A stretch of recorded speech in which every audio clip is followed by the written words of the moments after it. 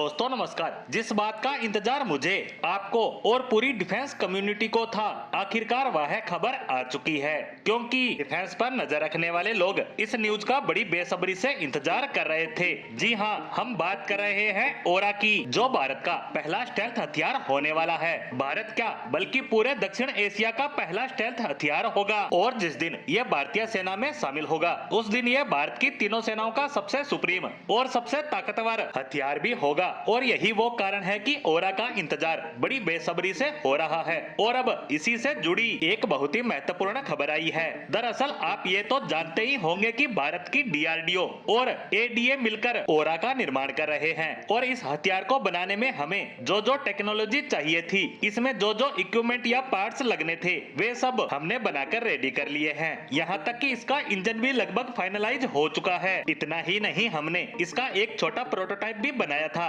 जिसका नाम है स्विफ्ट, और उसको उड़ाकर सफल परीक्षण भी हो चुके हैं। यानी कि इससे जुड़ी हर एक चीज रेडी है। तो अब आप कहेंगे कि फिर क्या बाकी रह गया? तो इसका जवाब है कि इसकी जितनी भी टेक्नोलॉजी है और इससे जुड़े जितने भी पार्ट्स हमने रेडी किए हैं, उन्हें आपस में जोड़ना है, उन्हें असेंबल करना है और उसके बाद इसकी टेस्टिंग करके इसे सेना को सौंपना है। ओरा के निर्माण में बस इतना काम बाकी बचा हुआ है। लेकिन पिछले 1.5 साल से यह काम 1 इंच भी आगे नहीं बढ़ पाया। ऐसा क्यों? तो इसका कारण है फंडिंग। दरअसल डीआरडीओ और एडीए को इसके लिए पैसा नहीं मिल पा रहा है। और पैसा क्यों नहीं मिल पा रहा है? तो इसका कारण है अप्रूवल। दरअसल भारत की सीसीएस यानी कैबिनेट कमेटी ऑफ सिक्योरिटी, जो तमाम बड़े डिफेंस प्रोजेक्ट को अप्रूवल देती है, जिसके बाद उसकी फंडिंग जारी होती है। और ओरा को यही अप्रूवल नहीं मिली थी। लेकिन अब इससे जुड़ी बड़ी खुशखबरी सामने आ चुकी है कि भारत के वित्त मंत्रालय ने एक स्पेशल कमेटी गठित कर दी है, जो इस पूरे प्रोजेक्ट को देख रही है। और अब ये कमेटी पूरा निरीक्षण करने के बाद प्रधानमंत्री की अध्यक्षता वाली सीसीएस के सामने इस प्रपोजल को रखने जा रही है।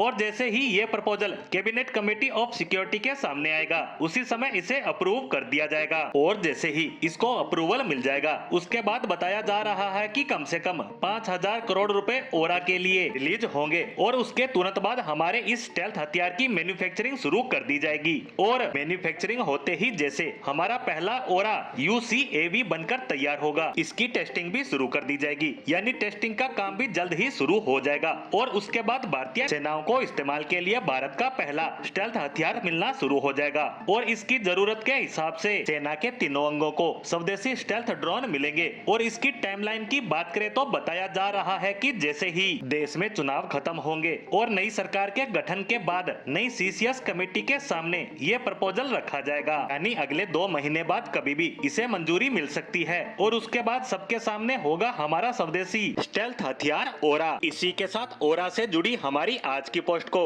यहीं विराम देते हैं। धन्यवाद।